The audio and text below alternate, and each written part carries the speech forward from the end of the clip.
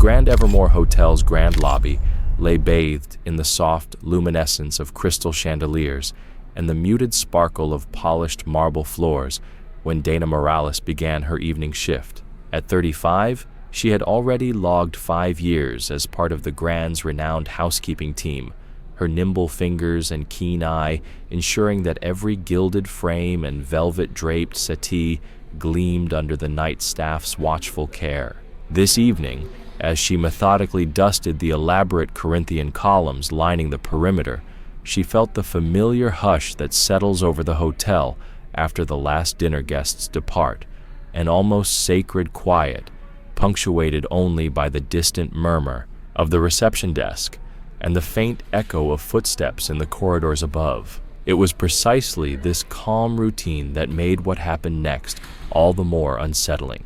At exactly 10:30 p.m., the towering glass doors whispered open, and in stepped a strikingly well-dressed man, his tailored navy suit cut to perfection and his cufflinks glinting in the chandelier light. Behind him floated a small figure, a girl no older than 10, her wide eyes reflecting every gleam of the lobby's opulence. But where one might expect designer shoes and a pristine frock, she wore mud-caked Crocs and a sun-faded dress so threadbare it looked as if it had endured countless days of unrelenting play. The contrast between her disheveled appearance and the man's unmistakable aura of privilege struck Dana like a thunderbolt. The man paused only long enough to nod at Dana as the chauffeur slipped away, the limousine's glossy black flank disappearing into the night. Dana set down her feather duster and approached them with the warm professionalism she had honed over hundreds of nights. "Good evening, and welcome back to the Grand Evermore," she said, voice smooth and reassuring. "How may I be of service tonight?" The girl, her gaze fixed on the chandelier's shimmering crystals, whispered, "It looks like a princess's castle." Her voice carried a hint of awe, so genuine that Dana felt her chest tighten. The man's lips curved in a brief, indulgent smile. "Indeed she is, Dana. She's my princess." His tone held an edge of ownerly pride that made Dana's skin prickle. Unable to ignore the dissonance between her father's wealth and her appearance, Dana offered gently, "Sir, we do enforce a dress code for our guests. Perhaps Miss would like to change into something more comfortable while you wait.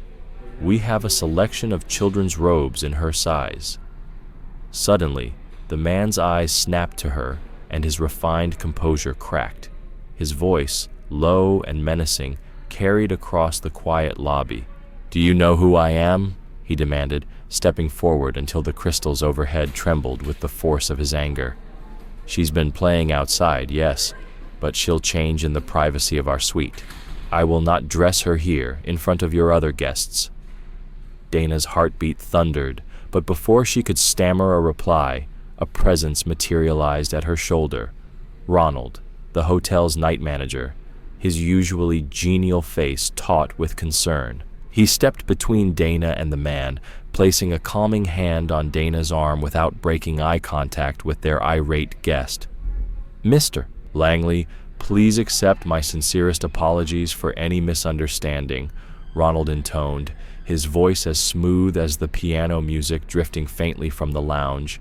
"We would be honored to offer you and your daughter a complimentary spa treatment. Our evening hours extend until 8 p.m. tomorrow, and we have special children's therapeutic services designed to soothe and delight." At the mention of the spa, the tension in Mr. Langley's shoulders eased fractionally. He nodded curtly, and Ronald ushered them toward the reception desk, his posture polite but unwavering. Dana watched them go, her throat tight with unease, as Ronald shot her a quick look that said, "I've got this. Go back to your duties." But Dana could not return to dusting porcelain urns or buffing silver leaf moldings. Her mind raced with questions. Why was that child dressed as if she'd been living on the streets? Why had the father's temper flared so dangerously?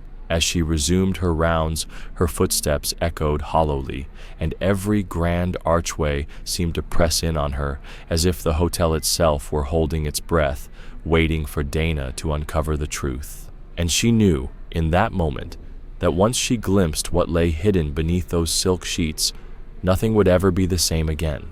The Grand Evermore's night shift had always had a different atmosphere, quieter, more subdued.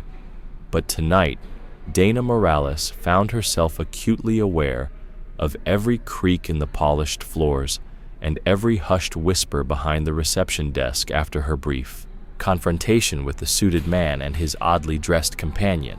Although Ronald, the night manager, assured her she simply wasn't accustomed to the more relaxed setting of the later hours, Dana couldn't shake the unease that had settled in the pit of her stomach the moment she glimpsed that little girl's dirt-streaked frock and battered Crocs. With no doorman or bellboy available, Ronald had leaned in close enough for Dana to catch the strained lines around his eyes, proof that he too felt the tension, and quietly asked her to escort Mr. Langley and his daughter to their suite.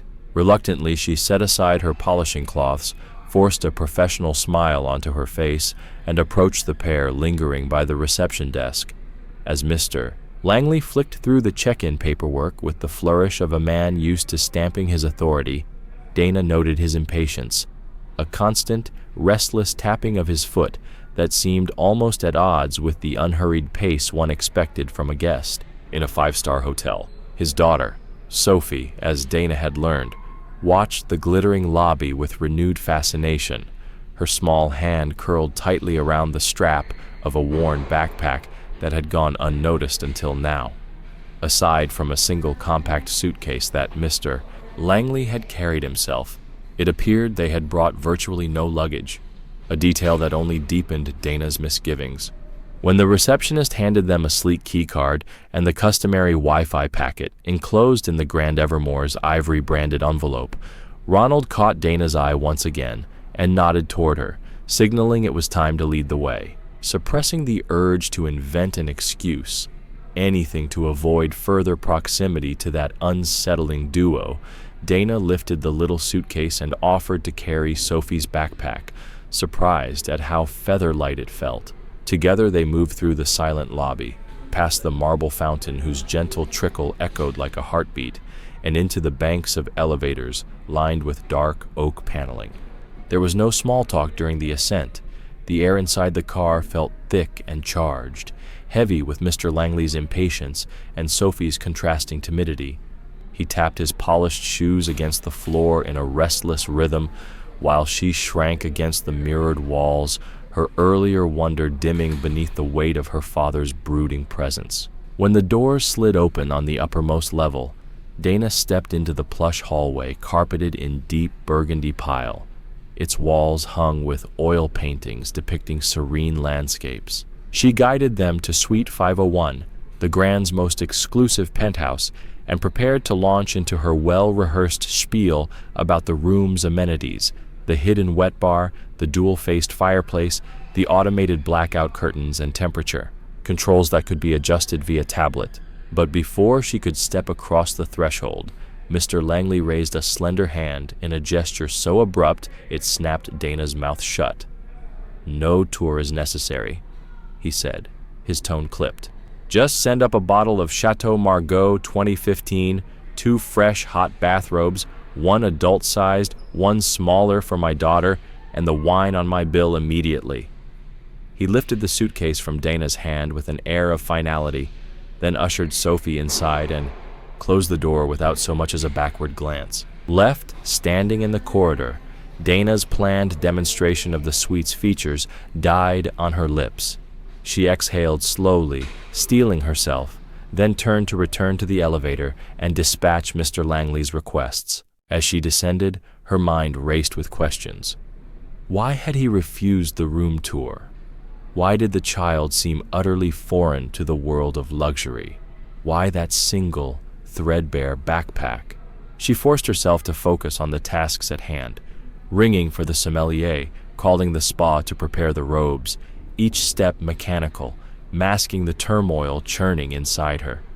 Beneath the hotel's gleaming veneer, Dana could sense something darker lurking just out of sight, and she realized that before the night was over, she might uncover secrets far more disturbing than a child in dirty clothes. Maybe Sophie was a niece from a less affluent branch of the family, or had simply been raised far from the trappings of wealth. Dana clung to that explanation as the elevator descended, reminding herself it wasn't her place to judge guests, especially ones as evidently influential as Mr. Langley. Still, the nagging voice in her head insisted something was terribly wrong in room U1845. Back on the lobby level, the vast space seemed to hold its breath in the near dark. The chandelier's glow dimmed to amber, and only the hum of the HVAC system and the distant tick of an antique grandfather clock disturbed the silence. Dana crossed the marble floor with cautious steps, her shoes whispering against the stone. She detoured to the hotel's restaurant, a hushed enclave of dark wood and low lighting, where tonight a lone bartender polished glasses behind the counter. "Good evening, Thomas," she greeted, forcing calm into her tone.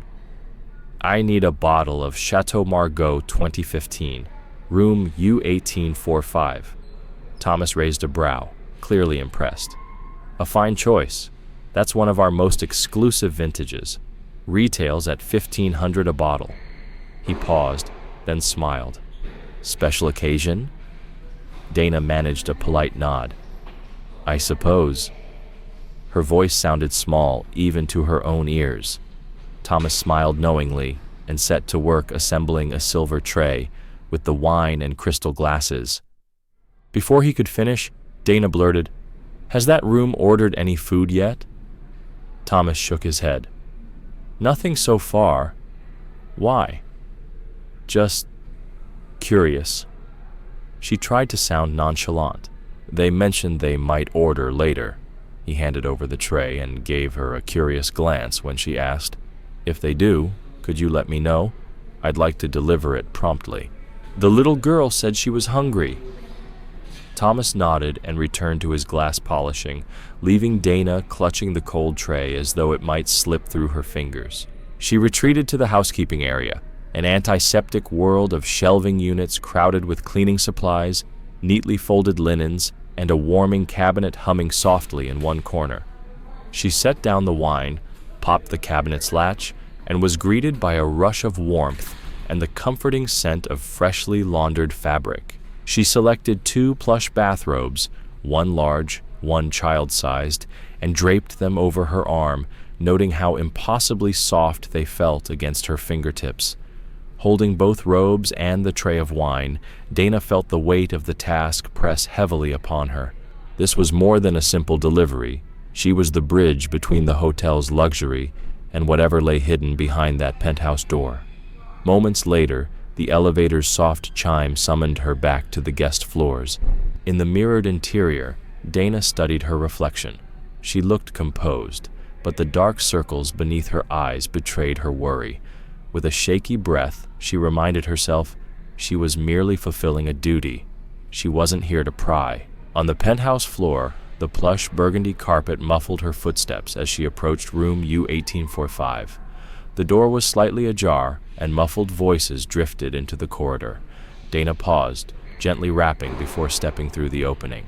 The penthouse suite was vast. Floor-to-ceiling windows revealed a city of lights below, and a generous open plan combined a polished living room, a marble-topped wet bar, and a dining area. But it was the bedroom that drew Dana's gaze. Its door stood half open, and a single, trembling lamplight cast long shadows across the floor. "Sophie?" Mr. Langley's voice came from the bedroom, low and clipped. "Where did you put it?" Dana's heart thundered. She set down the tray and robes on a marble console behind her, then edged toward the source of his voice. Through the crack in the door, she glimpsed Sophie kneeling beside the bed, her small hands clutching something dark in the linens. Her face was pale, eyes wide with fear and fascination. "Daddy, I thought I left it under the covers." Sophie's voice trembled as she pulled at what appeared to be an old, dirt-smudged teddy bear, its once soft fur now matted and stained. But there was something else, too. The toy's belly had been slit open, and a faint rustle of fabric came from within. Mr. Langley's polished shoes clicked sharply against the hardwood as he crossed the room. Without pause, he ripped the bear from Sophie's grasp and tossed it to the floor. "Don't touch that," he snarled. "It's not a toy," Sophie whimpered. "But enough." His hand rose and Dana flinched, expecting a harsh slap, but he only clenched his jaw and turned to her, voice deceptively calm. "You may leave the wine and robes over there," he said, nodding toward the console. "And do not disturb us again until called." Dana's blood ran cold. She obeyed with trembling limbs, stepping back toward the door. As she crossed the threshold, she hardened her resolve. She would alert Ronald immediately. Whatever tortured secret Mr. Langley was hiding, it involved that girl, and it threatened to shatter the Grand Evermore's polished facade forever. Once in the corridor, Dana took one shuddering breath and marched for the elevator. Behind her, the penthouse door clicked shut, sealing its horrors within. But Dana knew that night nothing would ever close off her mind from the image of Sophie's fear, or the bear's torn innards, or the steely resolve in Mr. Langley's eyes. And as the elevator doors closed, she pressed the button for the lobby with renewed determination. She would not rest until help arrived. Dana paused in the corridor, her hand still hovering over the elevator call button, as the echo of Mr. Langley's words, "Quiet night, stay comfortable," reverberated through her mind. She took a steadying breath and forced herself to focus on the familiar tasks waiting for her, restocking the guest pantry, checking the laundry schedule, ensuring that every corner of the lobby remained immaculate through the night. Yet even as she resumed her rounds, the once soothing routines felt alien and hollow. The plush burgundy carpet underfoot, the soft glow of the crystal chandeliers overhead, the muted murmur of night shift staff exchanging pleasantries, all of it seemed tainted by the unsettling events unfolding in Suite U1845. Why did Mr. Langley insist on solitude? Why had Sophie clutched that tattered teddy bear with such fierce protectiveness, as though it were a talisman against something terrible? And most of all, where was the girl's mother? Dana's professional instincts warred with her protective impulse. She knew that if there was even a whisper of danger to that child, it would be her duty and her moral obligation to report it. Yet standard procedure dictated discretion. If a guest explicitly requested privacy, staff were bound to respect that request unless there was clear evidence of harm. But how clear did that evidence need to be? As she entered the housekeeping pantry to fill trays for the turn-down service, Dana's mind replayed Sophie's small voice, timidly refusing the bath, and her own offer of reassurance. She pictured the girl huddled on the sofa, the penthouse's extravagance dwarfing her, and her heart ached with sympathy. Determined not to betray her worry, Dana completed the trays, folding crisp linens into hotel-branded boxes, arranging pastries under glass cloches, lining up bottled water and chocolates with precision, and then clutching the room service order pad. In her hand, she slipped silently back toward the elevators. On the ride up, the tension coiled tighter in her chest. She practiced a polite knock on the penthouse door and a soft request to deliver the turn-down service. But when she arrived, her knock went unanswered. Cautiously, Dana pressed her ear to the door and caught the faintest shuffle of movement inside, as though Sophie were shifting her weight on the couch. Summoning her courage, Dana tapped again, louder this time, and called, "Room service, turning down for the night." No response. The corridor remained hushed, as though the very walls were holding their breath. For a fleeting moment, Dana considered slipping the tray under the door, as protocol allowed, and retreating. But the image of Sophie's frightened face galvanized her to act. She fitted the latch key onto the card reader, felt the lock click, and gently pushed the door ajar. Inside, the suite was dark except for the soft glow of the city lights streaming through the floor-to-ceiling windows. The trays were already placed as instructed, and the bathrobes hung neatly in the bathroom. But Sophie was nowhere in sight. Dana's pulse hammered as she crept through the living area toward the bedroom's half-open door. Drawing it back, she discovered the child's plush teddy bear lying abandoned on the bed, its stuffing peeking through a seam. Beneath it, A single footprint smeared in mud left a trail toward the adjoining powder room. Dana's throat tightened. She realized, with a jolt, that Sophie must have slipped away, perhaps searching for her mother, perhaps frightened and alone. Her uniform felt suddenly heavy with responsibility. She shut the bedroom door softly, determined to act with both caution and urgency. Stepping into the hallway, she pulled out her radio and clicked it thrice to connect to Ronald's line. "Ronald," she whispered, voice taut with urgency, "I need assistance on the penthouse floor. There's a child missing from room U1845. The crackle of static preceded Ronald's calm but concerned reply. "I'm on my way. Stay put and keep the corridor clear." As Dana braced herself against the ornate wallpaper, she realized that tonight her role as maid had shifted irrevocably into something more, to protector, to defender of the vulnerable, and that whatever secrets the Grand Evermore had concealed behind its gilded walls, she would uncover them if it was the last thing she did. The mix of burgers and fine hors d'oeuvre seemed to mirror the unsettling duality of Mr. Langley's behavior and Sophie's uncertain place in it. Dana leaned against the counter, spooning steaming noodles into a paper cup as her mind raced. On one hand, the childlike comfort foods told of a little girl who craved simple pleasures. On the other, the lavish platters bespoke a client accustomed to extravagance. It was as if two worlds were colliding under one roof, and Sophie was caught awkwardly between them.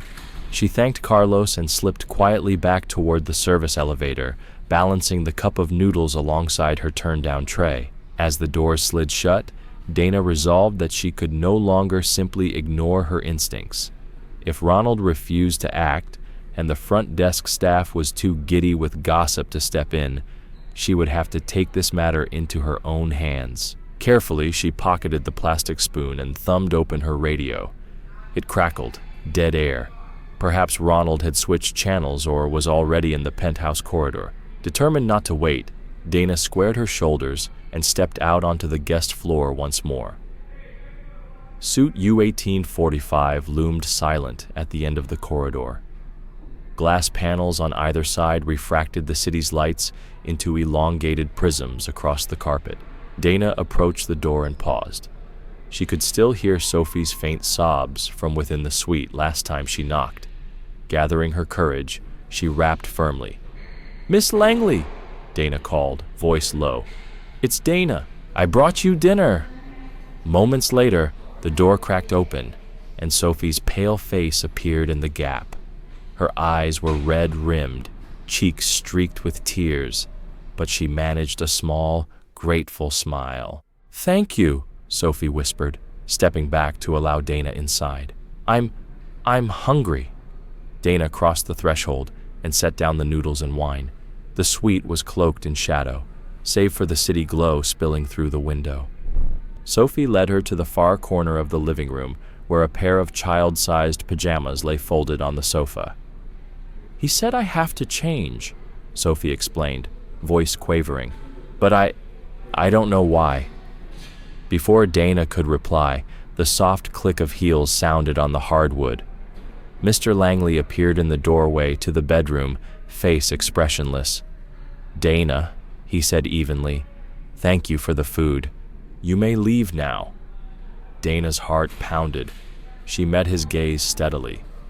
"Sir, Sophie seems upset," she said carefully. "She asked when her mother would arrive." Mr. Langley's jaw tightened. "My wife is traveling and will join us tomorrow." Dana swallowed. "She also seems frightened of the bathrobes. She said she doesn't like water." For the first time, Mr. Langley's expression flickered with indecision. He shifted his weight. "Sophie," he said, voice softening, "why don't you put on your pajamas and come let Dana know whether you want those noodles or not?" Sophie glanced at Dana, uncertainty clouding her eyes. Dana nodded encouragingly. The little girl scooped up her teddy bear and slipped behind Mr. Langley's leg, peeking out. Mr. Langley turned back to Dana. "I'll handle it from here," he said. "Thank you, Dana. Good night." Dana exhaled, relief and dread warring in her chest. She left the suite and closed the door firmly. As she headed for the elevator, she made a promise to herself. She would not let Sophie fade back into silence. Tomorrow, she would find a way to get help and protect that frightened little girl, no matter what it took, summoning her to stop in her tracks. Mr. Langley's breath hitched in ragged gasps as he stumbled forward, pressing a trembling hand against the wall for support. His customary composure had vanished, replaced by a frantic edge that turned every carefully tailored line of his face into something haunted. Dana's pulse thundered in her ears. "Mr. Langley?" she ventured, voice barely above a whisper. He blinked at her as though awakening from a nightmare, his gaze darting across the corridor. For a moment, neither spoke. Then he closed his eyes, took a deep, shuddering breath, and straightened his posture with an effort that looked nearly superhuman. Apologies, he rasped, smoothing the waistband of his sweatpants. "I'm fine. Everything's fine." Dana forced a calm smile, though her insides quailed. "Good morning, sir. I've come to begin the routine cleaning. May I enter?" He nodded, but didn't move. Behind him, the door to room U-1845 cracked open just wide enough for Sophie to appear. The little girl's disheveled hair framed her pale face, and her eyes were red-rimmed from tears, or perhaps from crying herself to sleep. She clutched the edge of her father's robe, peeking at Dana as though uncertain whether this was yet another adult to be afraid of. Dana's heart broke at Sophie's expression. She knelt to the child's level. "Good morning, Sophie," she said gently. "I'll be right outside if you need anything, okay?" Sophie nodded mutely. Mr. Langley cleared his throat. "Dana," he said, voice steadier now, "please make this quick." He slipped inside the suite and closed the door behind him, the click echoing ominously in the quiet corridor. With a wavering breath, Dana stepped inside. The penthouse suite felt cold without Sophie's presence, yet every opulent detail, the gleaming marble floors, the handcrafted rugs, the floor-to-ceiling windows, seemed suddenly menacing. She wheeled her cart to the far corner of the living area, then paused. Something on the sideboard caught her eye.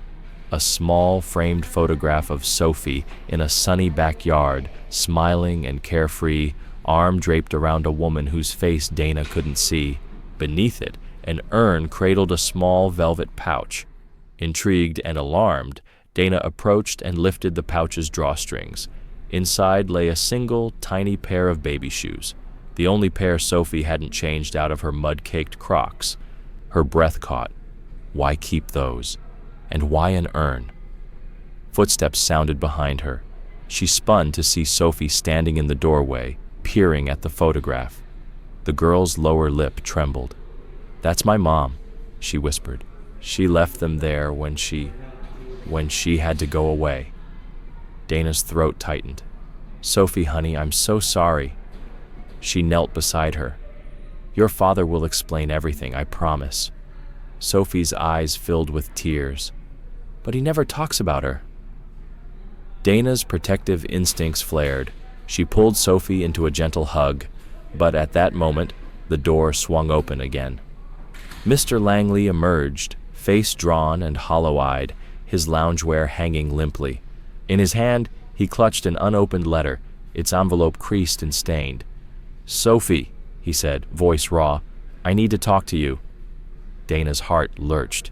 Whatever lay behind that letter, that child's mother, and that urn, it was far more than the simple mix-up of a dress code. And Dana knew, with grim certainty, that tonight she would have to decide whether to obey her orders or follow her conscience, and that choice would change all their lives forever. But Mr. Langley had explicitly told her not to enter the bedroom. Dana's gloved hand hovered over the polishing cloth at the thought of disobeying his instructions. Yet the disarray in the living area, the little girl's frightened face last night, and the late-night chaos of half-eaten meals all pointed to something far more troubling than simple household disorder. She shook her head, trying to clear the swirl of doubt. She had promised herself she would keep Sophie safe, and right now, that meant finding her. Dana took a deep breath, and tiptoed toward the bedroom door, cart rolling silently behind her. Each step felt heavy, as though the carpet itself resisted her approach. The door was shut tight, its polished brass nameplate catching the glow of the floor lamp behind her. "Ms. Morales?" a small voice called from within. Dana froze, her pulse spiking. The voice was soft, too small to be Mr. Langley's clipped tones. "Sophie?" she murmured, leaning closer to the door.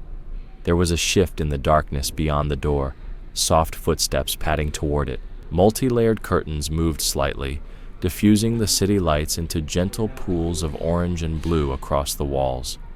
Then, the door cracked open, and Sophie's pale, tear-streaked face appeared in the gap. She wore nothing but a long t-shirt and her tiny Crocs. Her eyes were wide with a mix of fear and relief. "Dana," she whispered. Dana's breath caught.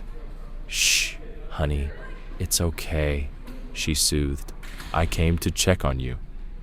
Sophie's lower lip trembled, and she pulled the door wider just enough to slip out. "Daddy's not here," she said, her voice catching. "He went out again." Dana's brows knitted. She glanced down the corridor, the plush carpet muffles all sound, and the elevator had long since departed. She turned back to Sophie. "Can I come in?" The girl nodded, stepping aside. Her bare feet contrasted sharply against the cold hardwood. Dana ducked under the threshold and scanned the dim room. The sheets on the king-sized bed were tousled and damp in places. 2 pillows lay on the floor, and the bedside table was strewn with opened water bottles and discarded tissues. "Are you all right?" Dana asked, kneeling beside Sophie, who slumped against the foot of the bed. Sophie shook her head. "I'm hungry," she said, voice hoarse. "And I'm cold." Dana laid her cart down and retrieved a folded bathrobe from the top shelf, draping it gently over Sophie's shoulders. "Here," she said softly. "Let's get you something to eat." Sophie's eyes flicked toward the tray of dishes Dana had left in the living area. "The noodles?" Dana nodded. "They're yours." She guided Sophie toward the open doorway. As they passed, Dana glanced back at the bed. A framed family photo lay face down on the sheet, the glass cracked. She paused, kneeling to pick it up. The image depicted Mr. Langley and Sophie in a sunlit park, both smiling, the girl wearing clean shoes and a bright dress. The back of the frame was scrawled with a date, March 3rd of the previous year. Dana's fingers trembled as she slipped the photo into her pocket, her mind racing with questions. "Sophie, sweetheart, why are you alone in here?" Dana asked, voice gentle but firm. "Where is your father going?" Sophie shrugged, tears brimming again. "He says Mommy isn't coming back. He leaves me to get better." Dana's chest tightened. "Better from what?" Sophie's small shoulders heaved. "He says, Mommy's sick. He's trying to fix it." Dana's professional mask cracked. She looked at the bed, the damp sheets, the overturned items on the nightstand, the scattered medicine bottles half empty. Each detail spoke volumes. She realized Mr. Langley had not simply wanted privacy. He had been hiding something. Putting an arm around Sophie's shoulders, Dana led her out into the corridor. "Come on, let's get you breakfast in the dining room, okay?" Sophie nodded, clinging to Dana's hand. Together, they descended to the lobby, where a lone porter wheeled a trolley of fresh linens. Dana intercepted him with a reassuring smile and asked quietly if he could help escort them to the elevator. He nodded solemnly and fell into step beside them. As the door slid shut, Dana pressed her palm against Sophie's small hand. "You're safe now," she whispered. "I promise we'll get you some food and find your father when he returns." The elevator chimed on the lobby level just as the first bell rang for breakfast service.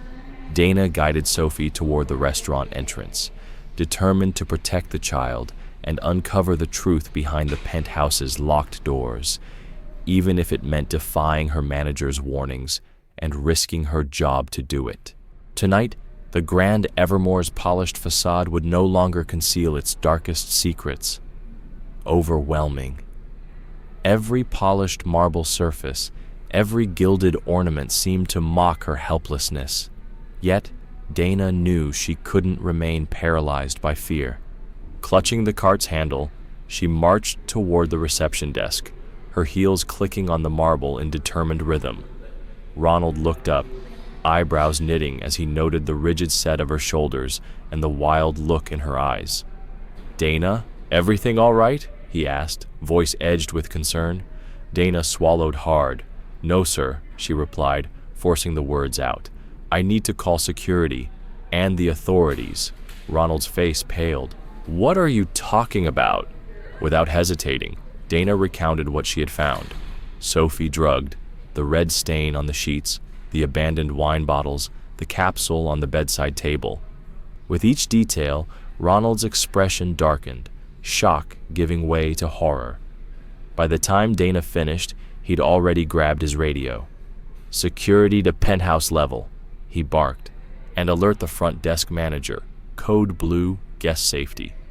Dana nearly gasped as Ronald's demeanor shifted from reprimand to full protective rage. The staff around them sprang into action. The bell captain dashed for the service elevator. The concierge hit redial on the emergency line, and two uniformed officers who'd been stationed near the valet area hurried across the lobby. Within minutes, the lobby doors whooshed open again, and two security guards escorted a trembling Sophie into Dana's arms. Her small frame shook as Dana wrapped her in a spare fleece jacket, whispering, "You're safe now, I promise." Sophie buried her face into Dana's shoulder, silent tears soaking through the fabric. One guard called through the reception phone, "We need medical assistance on the penthouse level immediately." Another relay went out to the desk. "Mr. Langley's suite, guest abuse suspected." As the paramedics arrived and guided Sophie toward the ambulance parked discreetly outside, Ronald stood beside Dana, hand on her shoulder. His eyes, once hard with authority, were now filled with gratitude and remorse. "I'm so sorry I dismissed you," he said quietly. "You were right. You saved her life." Dana nodded, exhaustion and relief washing over her. "I just did what any mother would do." Outside, Sophie peered out the ambulance door, clutching Dana's hand before a nurse gently led her inside. Dana watched until the doors closed, then turned toward the elevators. Security had cuffed Mr. Langley at the penthouse. She would have to provide a statement. In the hours that followed, Dana sat in a quiet corner of the lobby, wrapped in a blanket from the cafe, sipping tea while detectives interviewed her and the staff. Though her body trembled from adrenaline and shock, she felt a steady calm within, a conviction that she'd done the right thing. As dawn broke over the city skyline, the Grand Evermore's lobby began to stir with its usual morning energy. Guests in crisp suits and sunlit gowns returned to the lobby for breakfast, unaware of the horrors that had transpired just hours before. Dana straightened her uniform, took a deep breath, and returned to her duties. She would carry the memory of Sophie's frightened eyes with her always, but also the knowledge that, in a moment of crisis, one brave act could change a child's life forever. The moment froze. Mr. Langley's hand still hovered in the air as though reluctant to fully let go. Sophie lay heavy against Dana's shoulder, her small body limp and unresponsive. The lobby lights gleamed off the polished marble, highlighting the tableau of accusation, defiance, and disbelief. The two uniformed officers advanced, badges displayed and holstered weapons careful but ready. "Sir," the taller officer said, voice firm yet controlled, "you're under arrest for child endangerment and administering a controlled substance to a minor. Drop whatever you're holding and place your hands behind your back, Mr." Langley's cheeks drained of color. For a heartbeat, he stared from Dana's resolute face to the gathering crowd of hotel guests and staff, faces alight with shock, curiosity, even vindication. Then, as though swallowing some bitter pill, he let his shoulders slump, the last vestige of his arrogance crumbling. Words failed him. He simply lifted his hands and allowed the officers to snap cuffs around his wrists. Dana pressed a gentle finger to Sophie's back, careful to keep her airway clear. Sophie's breathing remained shallow, but she stirred and buried her face deeper into Dana's uniform, an instinctive gesture of seeking safety. One of the officers knelt beside them. "Ma'am, we're going to get your—" "Dana," she corrected softly, lifting her gaze. "Please, call me Dana. And she's Sophie." He nodded, eyes shifting to the limp child. "Paramedics are en route," he murmured, reaching for his radio. Within moments, the hotel's emergency protocol had kicked into gear. The head concierge moved swiftly to secure the entrance doors, politely but firmly ushering out lingering onlookers. A burly security guard began clearing the corridor, making room for the paramedics who arrived with their stretcher and medical bag in tow. Dana gently handed Sophie over to the paramedics, whispering, "You did wonderfully, Sophie. I'm right here." One of the paramedics placed a gloved hand on Sophie's tiny wrist, checking her pulse, while another offered her a soft blanket. Sophie's eyelids fluttered and a faint tear escaped as she mumbled, "Is he gone?" Dana kissed the top of her head. "He's in good hands," she promised, keeping her voice calm. "You're safe now." As Sophie was carried away toward the ambulance parked at the hotel's side entrance, Ronald appeared at Dana's elbow, face pale and contrite. He swallowed, and whatever indignation had once hardened his features melted into remorse. "Dana, I'm so sorry," he said, voice hushed. "I was wrong to dismiss you. You did the right thing." Dana met his eyes, the adrenaline subsiding enough for weariness to seep in. "She needed help, Ronald. I couldn't stand by and watch her suffer." Behind them, the arrested Mr. Langley was being led into a waiting police cruiser. He cast a final, hollow look over his shoulder, half anger, half shame, but said nothing. The night's sinister choreography had ended, and what remained was a scattering of witnesses, the whir of radio dispatches, and the distant murmur of astonished guests returning to breakfast as if nothing out of the ordinary had occurred. Dana turned away, her uniform still marked by dust and the wine stain she had wiped from the sheets. The lobby, once her nightly domain of calm routine, now felt irrevocably changed. Yet as she watched Sophie vanish into the ambulance's open door, she felt a profound clarity settle over her. In that moment, her duty had transcended polish and presentation. She had been, in Sophie's terror, not merely a maid at the Grand Evermore, but a guardian of the vulnerable, and she would carry that truth with her, long after the marble floors were buffed and the guests had moved on.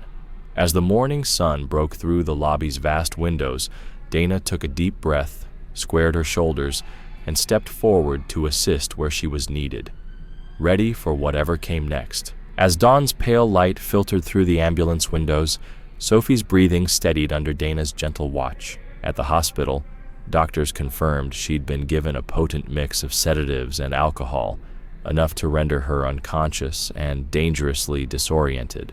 Social workers arrived to interview Dana, whose calm, compassionate testimony would become the cornerstone of the case against Victor Langley.